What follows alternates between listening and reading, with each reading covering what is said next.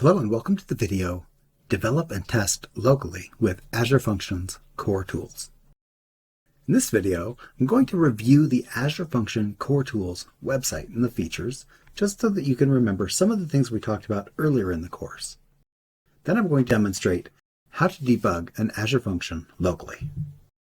Before we demonstrate the debugging of the local Azure functions, I wanted to review first the tools that we're going to use, and this is the Azure Functions Core Tools. I will be using it in Visual Studio Code, and there are two versions available for you. The first is version 1. It's only usable on Windows, and you can use the experimental languages. That's PowerShell and Python.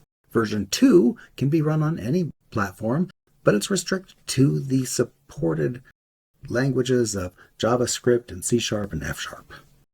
In Visual Studio Code, you can find the Azure tools by searching for Azure Functions in the Extensions Marketplace, selecting it, and loading it. Once it's loaded, you've got the functions available to you where you can connect your functions and explore them. We've demonstrated in earlier videos how to connect those to local repos, so I'm not going to go over that again here. But let's start with looking at one of those local repos.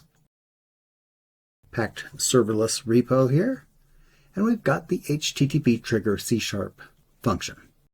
And something that's really nice about these Azure tools is that once they are loaded, you don't have to be working on the remote website. That is, you can work directly from this local Git repository. Let me show you how that looks. Go to debug and start debugging. The terminal starts to demonstrate the builds. Switches over to the debug console, and we can switch back to the terminal so that we can see that we're now running our Azure function directly on our local workstation.